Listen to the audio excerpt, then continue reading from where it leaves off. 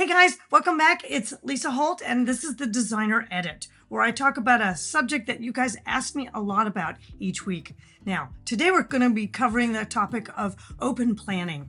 It was a great idea, but nobody really gave us any instructions on how to do it. So today we're going to talk about how to get the most out of an open plan house if you have one without having to completely redo it. You've seen these houses, and some of them are just spectacular looking, but some of them feel really kind of flat and rather cold.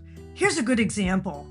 This is a nice big room, and yes, it feels open and airy, but it feels a little recessive, feels a little cold, doesn't really feel like kind of a home you're living in.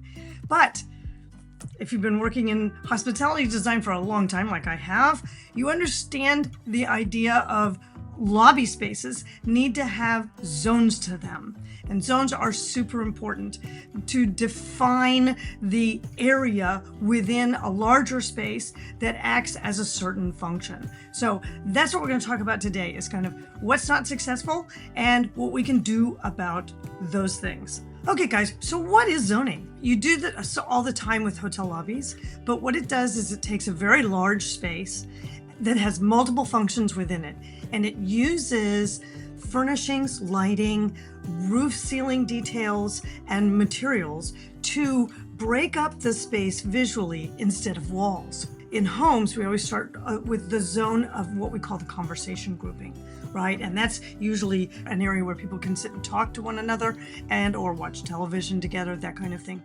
Often there's going to be a dining area in that, and that's going to be a separate zone. Then there's going to be possibly a kitchen. Sometimes the kitchen is just adjacent. And so looking at how we can make these zones feel like their own cozy little warm section is what you do to solve the problem of feeling kind of lost in your great room.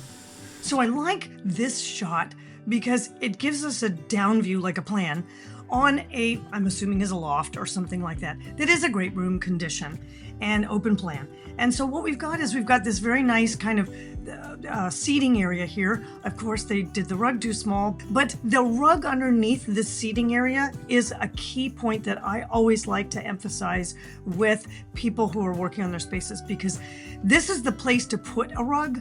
The dining table really isn't, because the dining table should have a separate flooring material from this space, because that actually communicates, oh, I'm in another zone. And secondly, a lot of times when you put a rug under a dining table, it's really hard to move the chairs around. It gets dirty easily. So it's not the best solution for things. So this is kind of where your rug goes. It just needs to be bigger. Now, in this particular space, we also have what's called a transition zone, and it's marked by this bookcase here. And this bookcase really is sort of a decorative element, but it makes the spaces feel connected to each other, and it helps you understand that there's a third transition zone that is happening in the room. And then the fourth space is, of course, the kitchen. Here's another really nice space that is a really, truly great room, because it's got a huge, huge ceiling peak at one point. But what's really nice about this one is that it's got 3 different delineations to the ceiling, which really helps you break apart the zones visually. Remember, these psychological cues are really important for us, because we need things to break up spaces. And when walls aren't there, then we need to have other elements do the job that the walls were doing. Right? So look at they've got beautiful ceilings details bringing the peak down spatially so it kind of interacts with the rest of the room. They've got a lovely pendant in here that comes down even further, which is great. Then they pop up big floor lamps, or maybe those are just tall table lamps in there. So they've got a layered lighting effect happening. They've got ceiling lights as well, but you can never rely just on ceiling lights for any space, because you always need to layer your lighting to indicate what you're supposed to have people be looking at and how they function and move around in the space, right? So there's another rug. Of course, it's not the same, or it's not the right size again, but you know, hey, they tried. And then what happens next is that they've got this nice dining area over here, and the dining area again has a different flooring, which is the hard surface flooring, which is great. Another ceiling detail, which adds up lighting, down lighting, cove lighting, and a pendant. So that's a really strong indicator that this is another space. So it wouldn't feel like you were hanging out in this huge room in this particular dining room, right? Then the dining room and the ceiling of the kitchen are close to the same height. They've dropped it down from this big peak in the conversation grouping area, but they've done different lighting in the kitchen as is appropriate because they've got overhead lighting, they've got pendant lighting, and I'm sure they've got under counter and task lighting happening in this space. So this is a perfect example of when you have an open plan space, how you can make it feel differentiated and feel warm, inviting, and kind of welcoming in a way that doesn't when we don't pay attention to the details that set up these zone languages for these spaces. Here's another great example. This feels very lived in and inviting and comfortable. They've got a nice area rug over this seating area and this conversation pit. They've also brought the height up on lighting, so they're layering the lighting to kind of give you some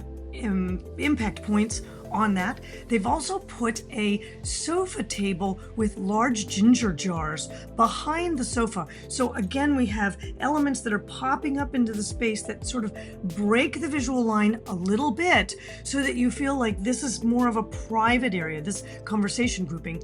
And when you transition, when you move out of this conversation grouping and go into the dining area that then leads to maybe like a wet bar and a kitchen, those two areas again feel different from each other, partly because of the lighting that they've done and partly because of the beautiful millwork that they've kind of connected through the space in a way that makes the spaces talk to each other but feel different. Over here you have millwork housing a lovely bookshelf.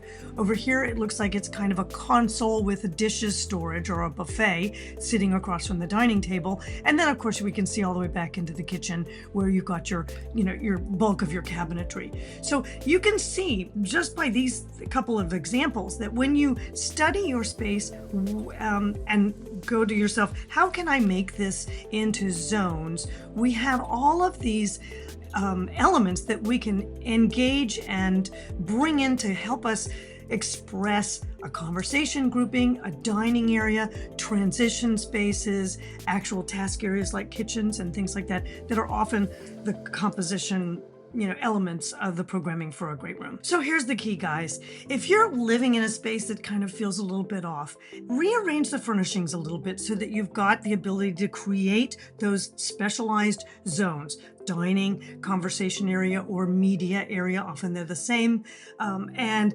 kitchen or a transition area. So see if you can break them up that way.